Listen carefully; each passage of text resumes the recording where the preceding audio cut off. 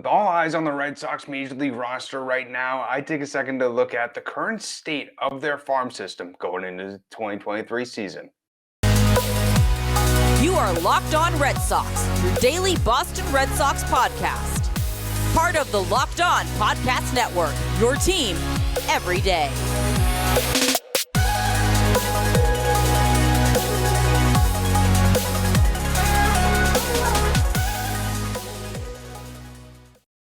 I want to welcome you back into Locked On Red Sox podcast, and thank you so much for making Locked On Red Sox your first listen of every single day. I'm your host, Jake Ignaszewski, and with spring training underway, all eyes are currently on the Red Sox Major League roster. But over the last few weeks, multiple rankings have come out for all Major League Baseball's farm systems, and I wanted to take a look at where most reporters and writers see the current state of this Red Sox farm system compared to last year and what players made the MLB Top 100. And I also had the opportunity to ask ESPN's expert on MLB prospects what his thoughts are on the Red Sox current farm system. But starting off, there was multiple different major publications that saw the Red Sox farm system fall in their rankings. Last year, there was a lot of talk about how Chaim Bloom has really reshaped this Red Sox farm system, focused a lot on the team's future. And obviously, there's some people who are more happy with the job that he's done building up the farm system rather than what he's done in terms of the major league club. But we saw with multiple players like Brayan Bello, Triston Casas, Jarren Duran, sort of graduating from the Red Sox system, that the rankings dropped a little bit and it isn't as highly regarded as we saw it earlier going into last season, where the Red Sox sort of ranked in the middle tier around 10th to 15th among major league teams. And now we're starting to see them be ranked in the bottom half. Starting off, we saw Keith Law from The Athletic rank the Red Sox 23rd. And his reasoning was their group of position player prospects is probably in the upper half of farm systems, but their group of pitching prospects is one of the weakest. They might not have a future major league starter anywhere in their full season rosters. The best of those candidates all have huge relief risk. At least they lost one guy from the top 100 group last year in Nick York. And we're going to speak more about Nick York later on in this episode. But also we saw ESPN with Kiley McDaniel. He ranked them 13th, and then Bleacher Report ranked them 19th. And from what I've gathered from all descriptions from all these major publications is, as I mentioned before, not only with multiple players like Brayan Bello, Jarren Duran graduating from the list, it's interesting that Casas is still currently on the list. Makes sense with him, not fully playing the amount of games required for him to be looked at as a rookie, but it'll take 15 to 20 games to where he'll be taken off of the Red Sox top 20 list. But it wasn't too much of a surprise on the current players who were put on the top 100. ESPN has Marcelo Meyer ranked as the 7th overall prospect in the majors. 37th is Triston Casas, and then for 95th is Miguel Bleis. And then for the MLB Pipeline's top 100 prospects, Meyer comes in at 9th, Triston Casas at 23rd.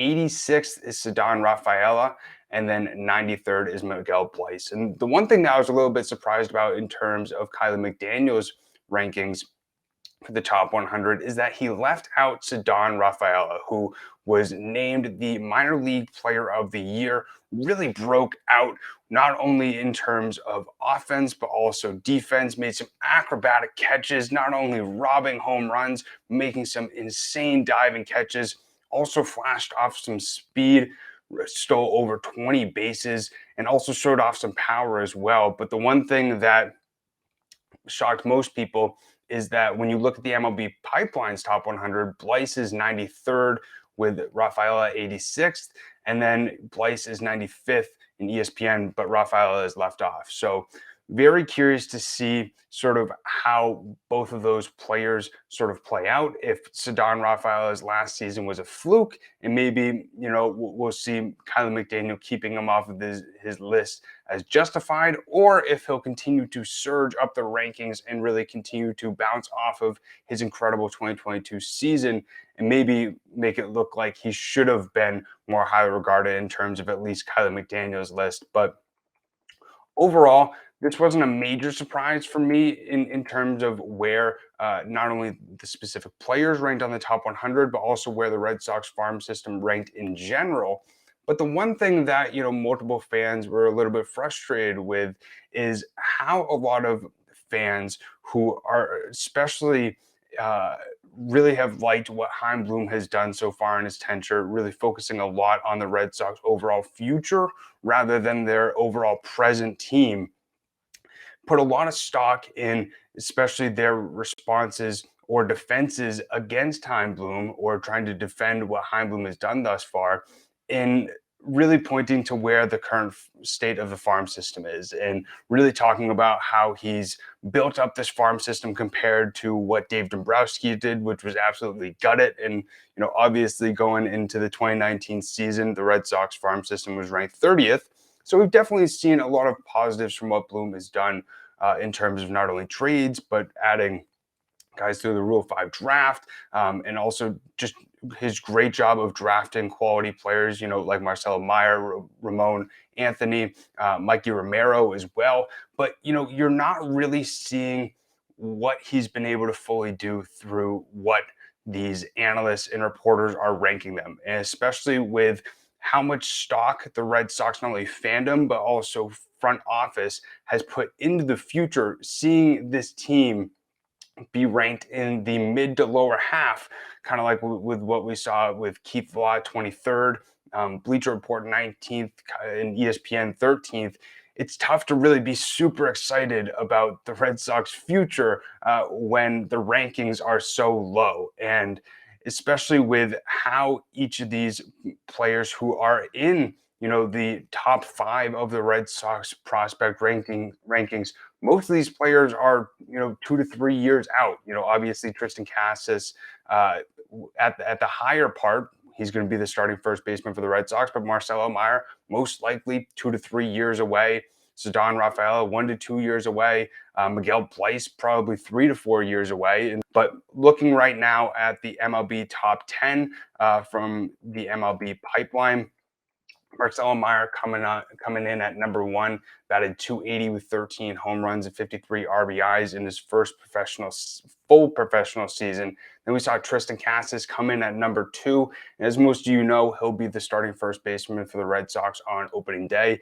Ended up missing a lot of the season due to an ankle injury, was able to come back later in the later part of the AAA season, was able to really be able to produce a lot of great up-at-bats and show why he should get a chance with some major league time. Ultimately ended up making his major league debut in the later part of the Red Sox season and has convinced them enough to want to put a lot of stock into his future. We've even heard him say that he's interested in talking about potential extension with the team. We'll see how that really comes about. But then coming in at number 3 is, as I mentioned before, the minor league player of the year, Ceddanne Rafaela.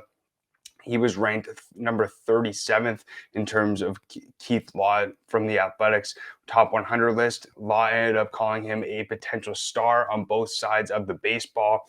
And he is really going to have a lot of eyes on him going into this season to see if last year was a fluke, to see if he is truly the future center fielder of the Boston Red Sox.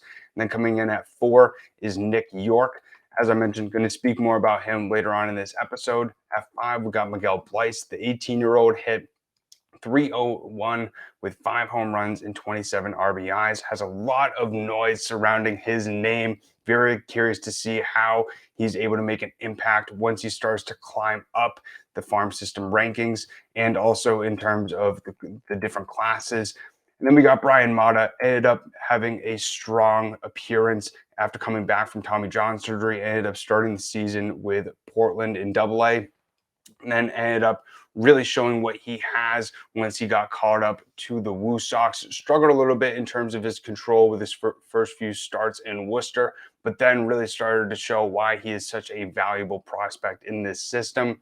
Then we got number 7, Brandon Walter, the 2021 minor league pitcher of the year, ended up starting the season off really great in Portland. Ended up only walking 18 guys during his time in Double-A, and showed one of the best control arms in this entire Red Sox farm system. Then once he got up to Worcester, ended up struggling in his first start. And then once it seemed like he was getting his footing in his second start with the Woo Sox, ended up injuring his shoulder and was out for the rest of the season. Coming in at number 8, you got Mikey Romero, the first-round pick for the Red Sox in 2022. Got his first taste of professional ball this past season. Then we got Blaze Jordan in at number 9. We're going to speak more about him later on in this episode. And then in at number 10, we got Ramon Anthony, who was another guy that was drafted in 2022 by the team and got his first taste in the pros just last season. But going into our second segment, I had the opportunity to ask Kiley McDaniel why he ranked the Red Sox at 13th and why some other analysts may have ranked the Red Sox even lower. But before we get into that, I just want to take a second to talk to you about FanDuel. So it is the midway point of the NBA season, and now is the perfect time to download FanDuel, America's #1 sportsbook, because new customers get a no-sweat first bet up to $1,000. That's bonus bets back if your first bet doesn't win. Just download the FanDuel Sportsbook app. It's safe, secure, and super easy to use. And then you can also bet on everything from money line to points scorers, and threes drained. There's tons of great things to bet going into this NBA season. Post trade deadline, Kevin Durant on the Suns. So many new players and exciting teams to be able to bet on, and only at FanDuel. Plus, FanDuel also lets you combine your bets for a chance at a bigger payout with same-game parlay. So don't miss the chance to get your no-sweat first bet up to $1,000 in bonus bets when you go to FanDuel.com/lockedon. That's FanDuel.com/lockedon to learn more. Make every moment more with FanDuel, the official sports betting partner of the NBA. And now continuing to look at some of these farm system rankings that a lot of these different analysts had, and now more specifically looking at what ESPN's prospect expert Kiley McDaniel thinks about the Red Sox farm system.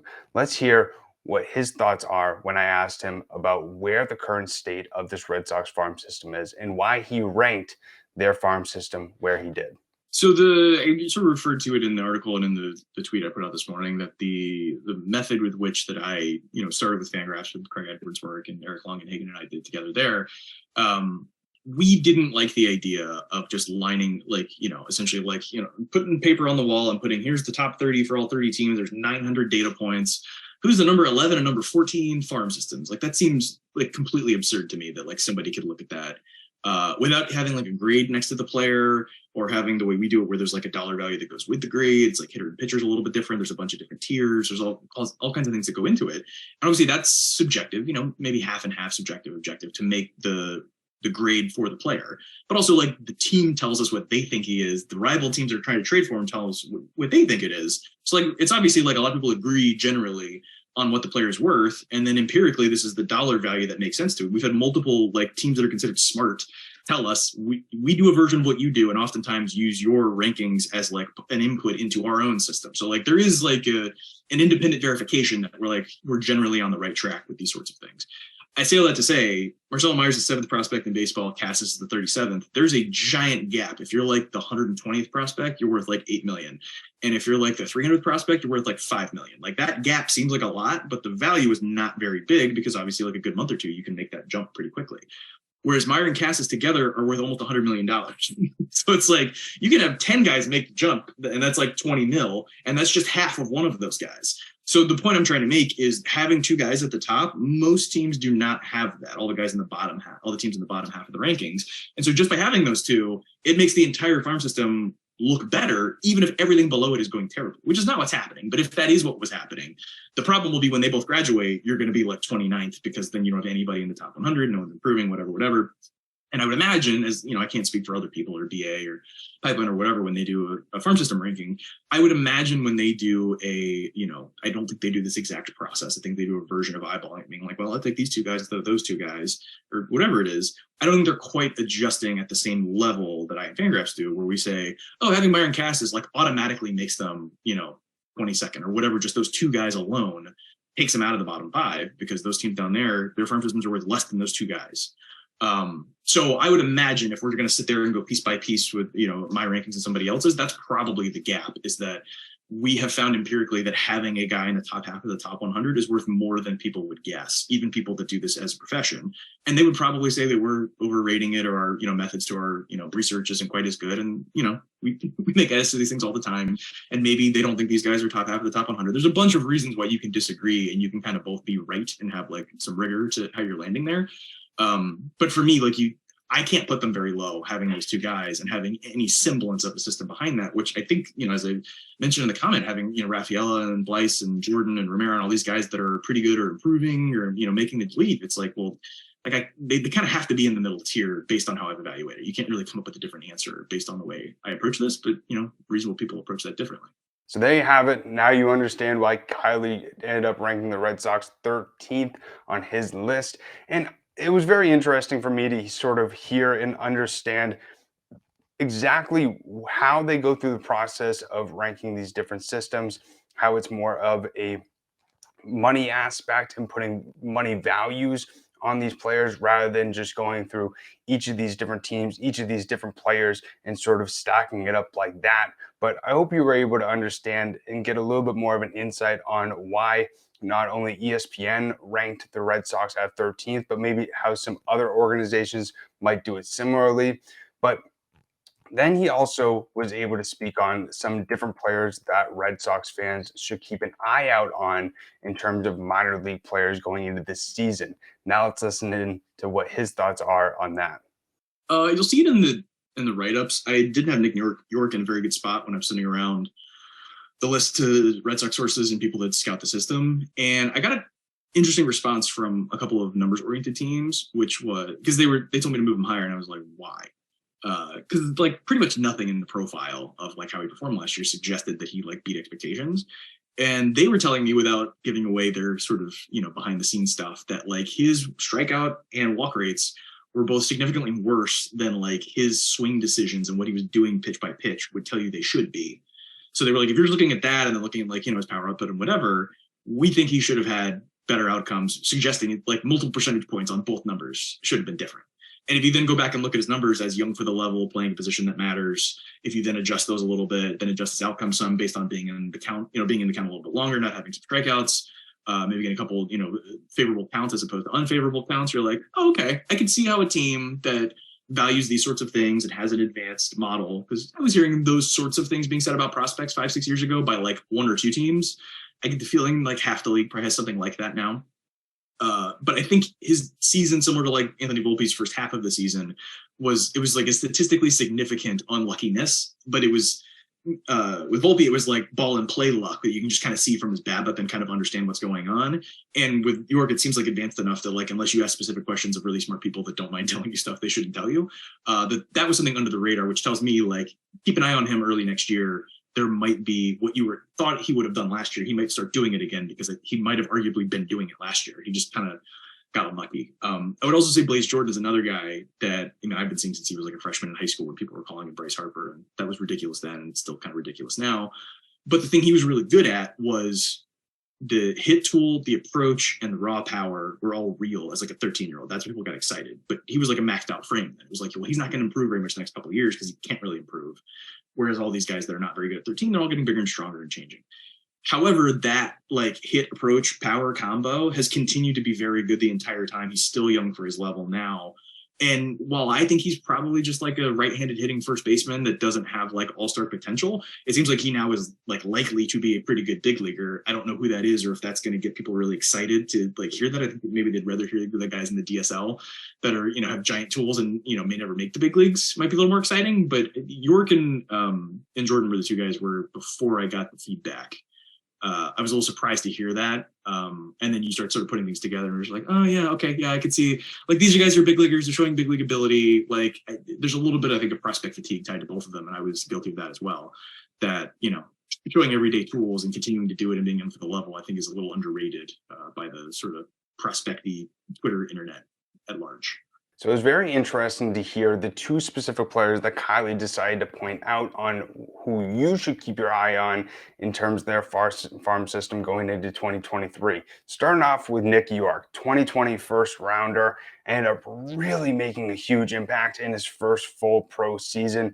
Combined with Salem and Greenville, ended up hitting 325, 14 home runs, 62 RBIs, and his on-base presence and plate discipline was unbelievable. One of the best in the league. Ended up batting up 123 hits, over 69 strikeouts. Also helped him be ranked 31st on Baseball America's top 100 list, and he was also named the Red Sox 2021 Minor League Player of the Year. But it was a completely different season for York in 2022, where he had a full season in Greenville, already got his feet wet in 2021. So you expected him just to replicate and bounce off of his already impressive season. But sometimes that's not how it works out with some of these prospects. Ended up really struggling offensively and in terms of his plate discipline as well. Ended up striking out 94 times while only getting on base through hits 78 times. Ended up batting a total of 232. Also ended up batting up 11 home runs with 45 RBIs. But then he also had the opportunity to make an impact in the AFL. Looked a lot more comfortable in terms of that performance. Ended up batting 342 with 2 home runs, 18 RBIs with an overall 950 OPS. And he also led the AFL in 7 doubles. So looked a little bit better in the AFL, a little bit more comfortable, helped fans feel a little bit better about how York ended up ending the overall 2022 season. But it was interesting to sort of hear with Kylie being intrigued about a player like York being able to bounce back after a very struggling year in 2022. And then we got Blaze Jordan, a player who, as Kylie mentioned as well, was compared to Bryce Harper early on in his baseball career with his unbelievable home run derby videos that ended up going viral. But it's been very interesting to see how that ability to not only hit balls a long way when you're a teenager and being able to really correlate that to pro ball. And in 2022, we saw him take a very big step between Salem and Greenville, ended up batting 289, 12 home runs, 68 RBIs. But he did struggle a little bit once he got up to Greenville, striking out a lot. But I'm with Kylie on this one. I'm really excited to see how Nick York is able to bounce back after a tough season, and also how Blaze Jordan is able to bounce off of a very impressive season as well as and continue to get even better and better. I would like to see Jordan get into Portland, the AA affiliate, and find a way to compete against some higher level pitching and continue to become a more complete and better hitter, and also to be able to improve defensively as well. Nico Cavadas is another player that I would keep my eye on. He went up through 3 different levels in 2022 and really made a massive impact offensively. Through those 3 levels, ended up amassing a batting average of 280 with 26 home runs and 86 RBIs, and especially dominated when he was in Salem and Greenville. In Salem, amassed a 287 batting average with 14 home runs. Then in Greenville, hit even better of a 308 batting average with 10 home runs. But then, as you might expect, with any player that continues to go up from level to level, they're going to struggle at some point, no matter how hot they are. And when we saw Cavadas go up to Portland, struggled a little bit, but really was able to learn what it meant to go against some of that higher level pitching. Ended up batting 222 with 2 home runs. Ended up struggling a little bit with his strikeout stuff. Struck out 40 times, over 18 hits. But with a full season in Portland, I'm very excited to see what he's able to do once he finally gets comfortable. As we saw sort of in the stats for him, once he went from Salem to Greenville, he got even better. So all he needs to do is really be able to figure out what made him so successful between those first 2 levels early on in the 2022 season and be able to correlate that to a full season in Double-A. But we also saw Gavadas play for Scottsdale in the AFL. Struggled a little bit as well. Ended up batting .239 with 2 home runs. But I fully believe that we're going to be able to see the Nico Gavadas in 2023 that we did early on in 2022. So definitely keep your eye on Gavadas. But, as we continue to prepare you for this Red Sox 2023 season, we're not only going to keep our eye on the farm system, but also on the major league team. And we're going to be posting 5 days a week. So if you have not yet, make sure to subscribe on YouTube or whatever audio platform that you're listening to. Also, make sure to follow us at LO_Red Sox on Twitter. We try to get you involved in every single episode. So before each episode, we'll usually post what we're talking about and then get you involved with the different responses that you put on that tweet. But you can also follow myself. It's at Jake Iggy, and also my co-host Lauren. It's La 3 Laws, Lauren with 4 R's. But as always, we greatly appreciate everybody tuning into the Locked On Red Sox podcast for making Locked On Red Sox their first listen of every single day. Now make your second listen Locked On MLB Prospects. Lindsey Crosby is a prospect encyclopedia, and he's going deep on the MLB stars of tomorrow. It's available wherever you listen to your podcasts and also over on YouTube. But we hope that everybody has a great rest of their day. We'll end it how we always end it. Keep the faith and let's go Sox. Peace.